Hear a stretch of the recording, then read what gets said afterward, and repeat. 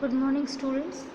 Last lecture સુધી આપણે wave function in X direction X derive કર્યો હતો. X is equal to A sine N X pi X divided by L. હવે આપણે constant એ find out કરવા માટે આ ઇક્વેશનને, આ વેવ ફંક્શનને નોર્મલાઇઝ કરશું. નોર્મલાઇઝ કરવું એટલે શું તમને ખબર છે?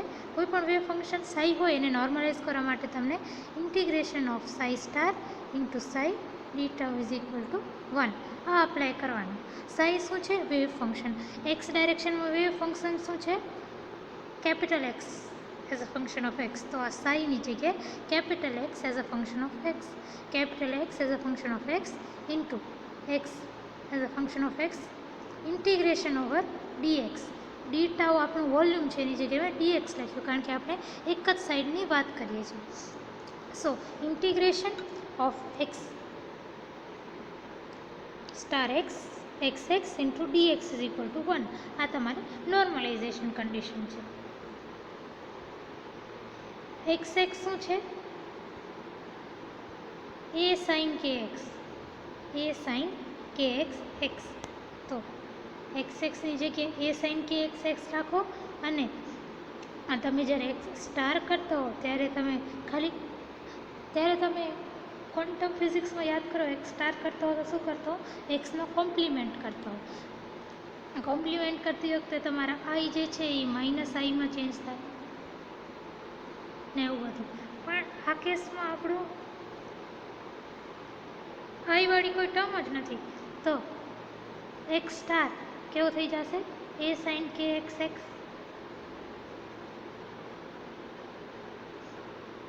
સો X star is equal to A sine કે એક્સ એક્સ. તો તમારી આ ઇક્વેશન કેવી થશે? આના જેવી. ઇન્ટિગ્રેશન ઓફ એ સાઇન કે x x into A sine કે x x dx is equal to 1. A constant છે તો એ ઇન્ટુ એ સ્ક્વેર ઇક્વેશનની બહાર આવી જશે. અંદર શું રહેશે? Integration of sine square K x x dx is equal to 1. તો આ તમારી કંઈક આવી ઇક્વેશન થશે.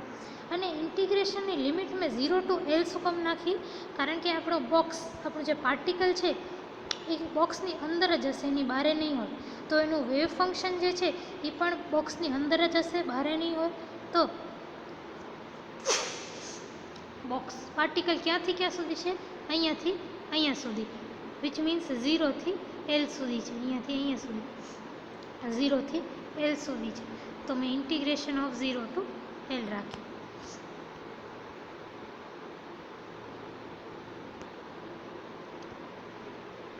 So this equation will become something like this: a square integration from 0 to L sin square kxx dx is equal to 1. હવે તમને ખબર છે મેથેમેટિક્સમાં કે cos 2x is equal to 1 minus 2 sin square x હોય. You know this.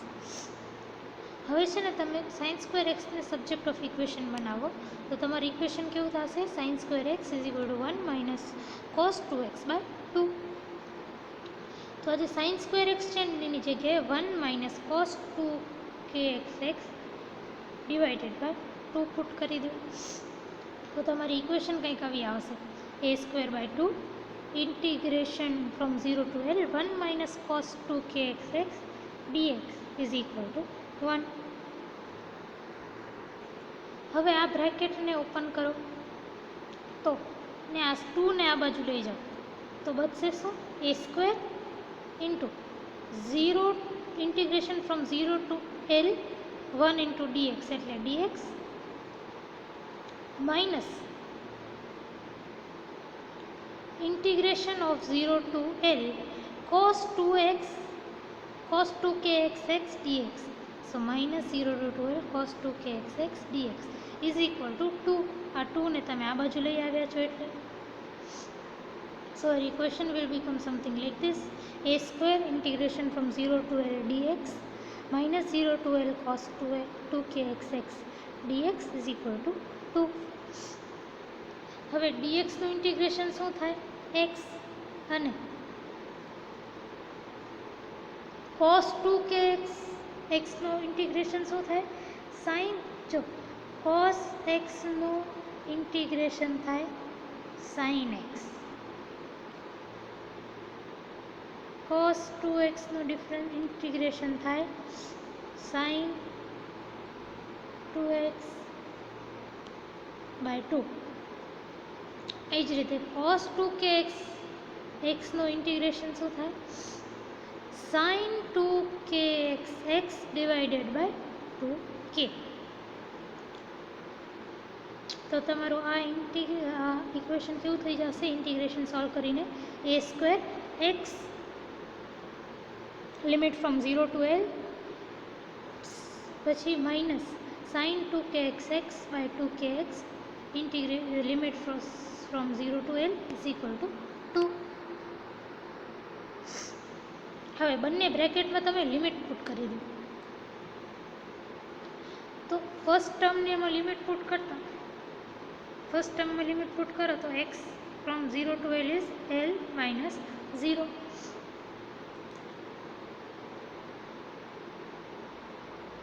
So your equation will become a square into l minus 0 minus sin 2 આ kx જે છે એની જગ્યાએ n pi x by l kx ની જગ્યાએ n pi x by l nx pi by l put કરો.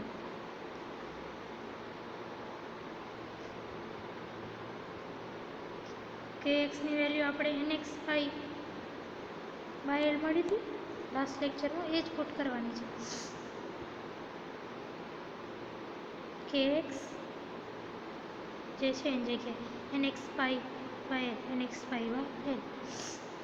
તો a square is equal to a square into l minus 0 minus sin 2 nx pi x by l into divided by 2 nx pi by l ને boundary condition from 0 to l is equal to 2.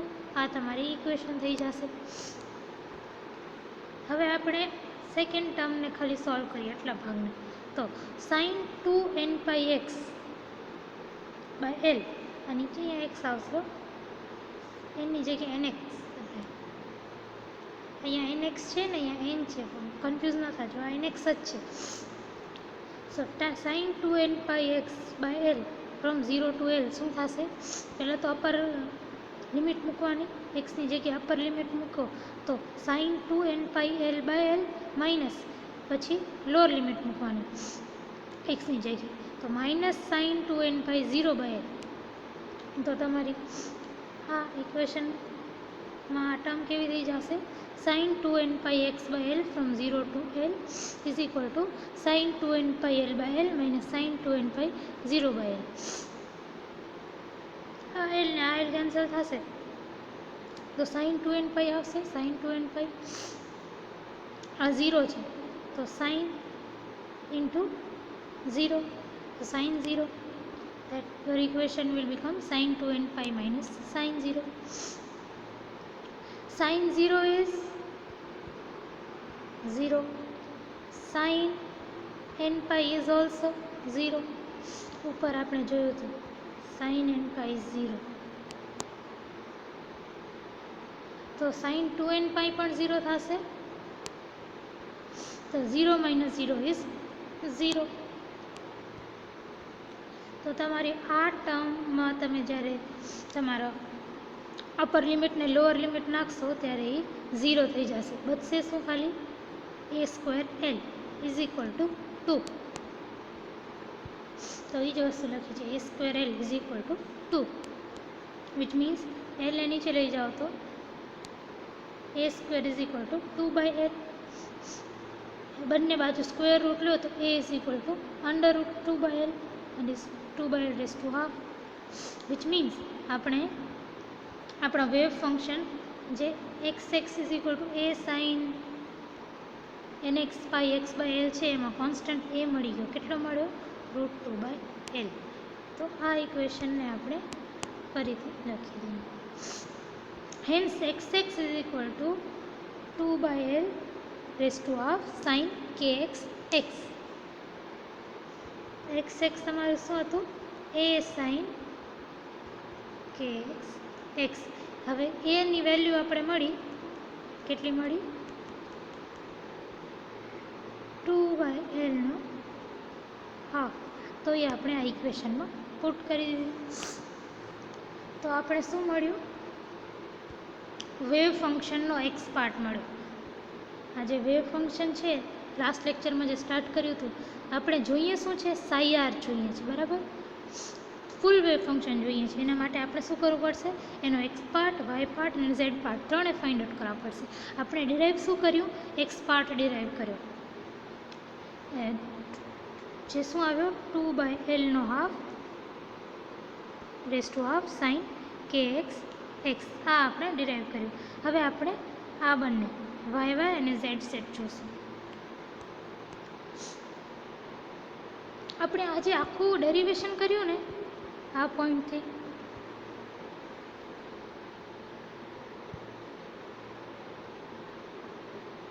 Point number 1, પછી point number 2, પછી આ point number 3, એ આપણે 3 steps કર્યા, જોયું? Let us find out psi R. Psi R find out કરવા માટે આપણે 3 પોઈન્ટ્સ કર્યા, 1, આ 2 અને આ 3. આ 3 સ્ટેપ્સ કર્યા, બરાબર ને? ત્યારે જઈને આપણે શું મળ્યું? x મળ્યું. હવે આ similarly repeat steps 1, 2 and 3 for y direction and z direction respectively, and you will get y and z. તો આપણે આજે 1, 2, 3 સ્ટેપ્સ કર્યા ને, એ સ્ટેપ્સને તમે રિપીટ કરી દો. હું તમને કરીને નથી બતાડતી. એ સ્ટેપ્સ તમે એમને એમ રિપીટ કરી દેશો, ખાલી એક્સની જગ્યાએ એક્સ જ્યાં જે છે એની જગ્યાએ વાય નાખી દો ને એ સ્ટેપ્સ તમે રિપીટ કરશો ને તો તમને વાય મળી જશે. Wave function in Y direction મળશે. ફરીથી આ સ્ટેપ 1, 2 અને 3 તમે ઝેડ ડાયરેક્શન માટે રિપીટ કરશો ને, ખાલી જ્યાં એક્સ લખેલું છે એની જગ્યાએ ઝેડ લખી નાખજો, તો તમને ઝેડ મળશે. Wave function in Z direction. અને એ પણ કંઈક અવાજ હશે. x is equal to 2/L raise to half sine kx x છે, તો y is equal to 2/L raise to half sine ky y. એક્સની જગ્યાએ મેં તમને કીધું y અને kx છે એની જગ્યાએ ky. તો તમને સેમ ઇક્વેશન એવું મળશે કે y is equal to solve. ત્રણે તમે સ્ટેપ્સ તમને હોમવર્કમાં કરવાની ઈચ્છા હોય તો જાતે કરી શકો. 1, 2, 3 વાળા સ્ટેપ રિપીટ કરો અને 1, 2, 3 સ્ટેપ્સ રિપીટ કરો, ખાલી એક્સ છે એની જગ્યાએ વાય પુટ કરો બધી જગ્યાએ. તમારું આવું કંઈક ઇક્વેશન આવશે. અને સાઇન ky y, તો ky is equal to what? ny π/L. kx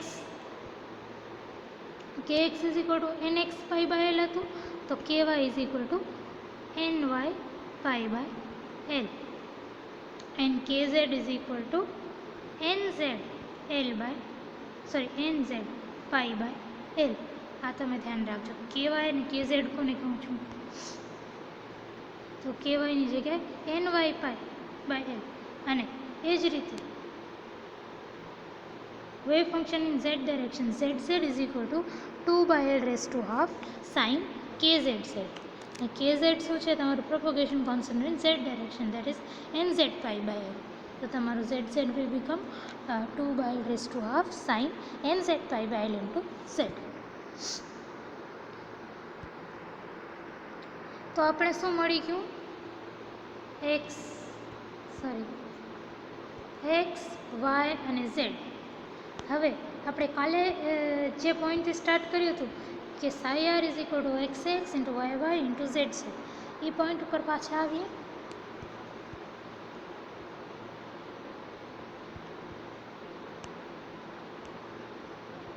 આ ફરીથી લખીએ. Psi R is equal to x y z.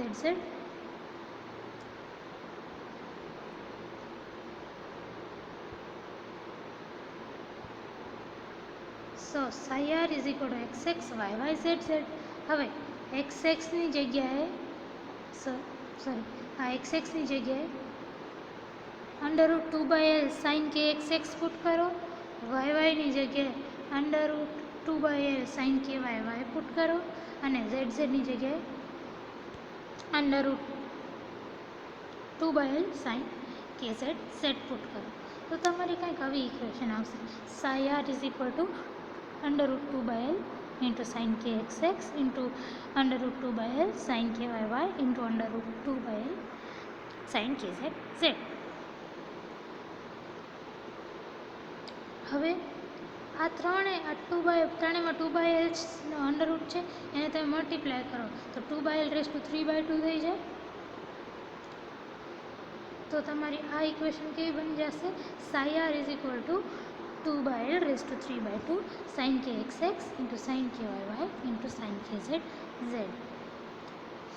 તો આપણે શું ડેરાઈવ કર્યું? સ્ક્રોડિંજર ઇક્વેશનનું સોલ્યુશન psi r ડિરાઈવ કર્યું. શું કર્યું ડિરાઈવ આપણે? psi r શું હતું? સોલ્યુશન ઓફ સ્ક્રોડિંજર ઇક્વેશન. અને આજે 2 by L રેઝ ટુ 3/2 છે ને, એને કોઈ એક કોન્સ્ટન્ટ એ નામ આપી દો. કોઈ પણ એક કોન્સ્ટન્ટ એ નામ આપી દો. એની વેલ્યુ શું છે? 2 by L રેઝ ટુ 3/2. તો આ જે છે આ કંઈક કોન્સ્ટન્ટ છે, 2 by L કોન્સ્ટન્ટ છે, 2 કોન્સ્ટન્ટ છે. તો 2 by L raise to 3/2 is some constant. એને તમે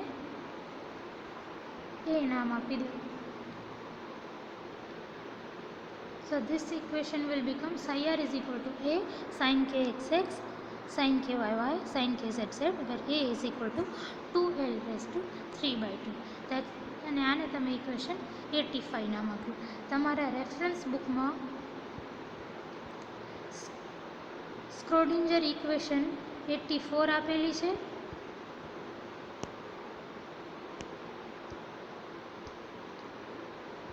જેના ઉપર તમે બાઉન્ડ્રી કન્ડિશન અપ્લાય કરશો તો ડાયરેક્ટલી તમારી આ ઇક્વેશન આવી જશે, સોલ્યુશન આવી જાય છે.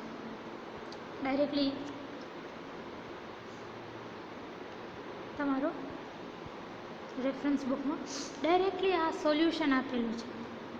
આ સોલ્યુશન કઈ રીતે આવ્યું એ આપણે ડિરાઈવ કર્યું 3 પેજીસમાં. કયા? 154, 155,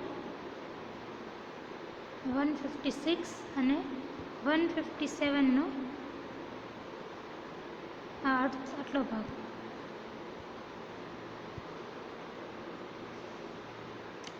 3.5 પેજીસ જેટલું આપણે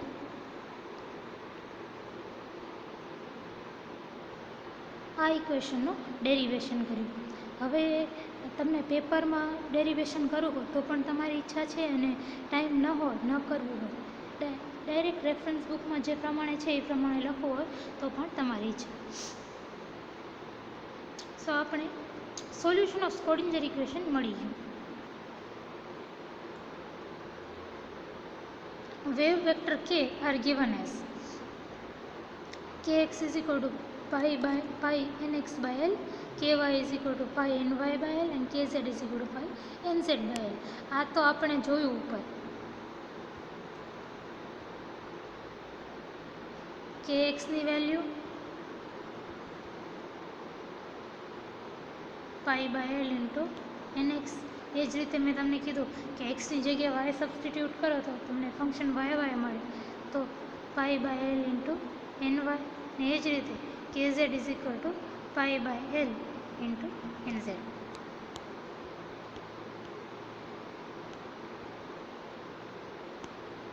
તો એ વસ્તુ ત્રણેય મેં અહીંયા લખી છે equation 86માં. kx is equal to pi by L nx, ky is equal to pi by L ny, kz is equal to pi by L nz.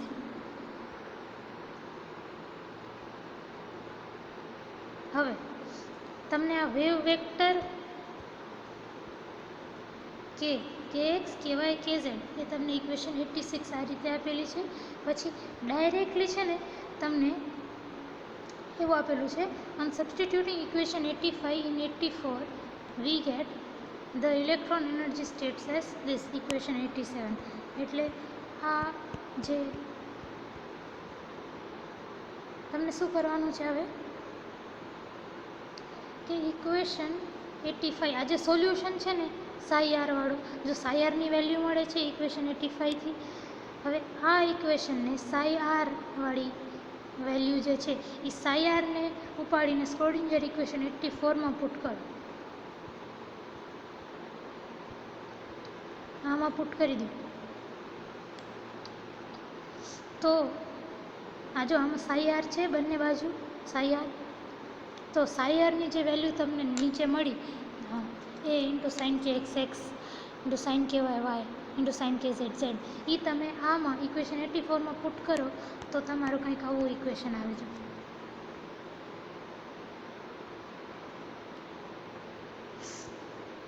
E k is equal to h square by 2m kx square plus ky square plus kz square, your equation 87. આ તમને directly reference બુકમાં આપેલી છે. તો આપણે હવે એક page જેટલું આટલું ડેરિવેશન કરીએ.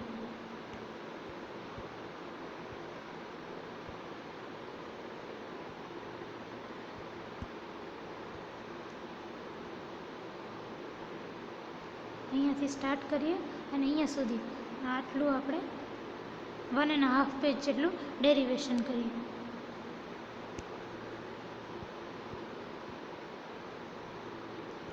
આપણે કરવાનું શું છે, પુટિંગ ઇક્વેશન 85 ઇક્વેશન 84.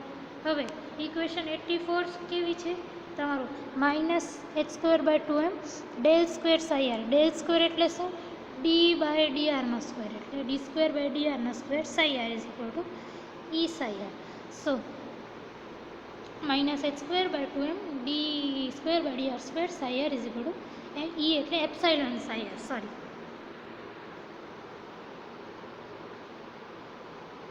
હવે સાઈ આરની વેલ્યુ ઓકે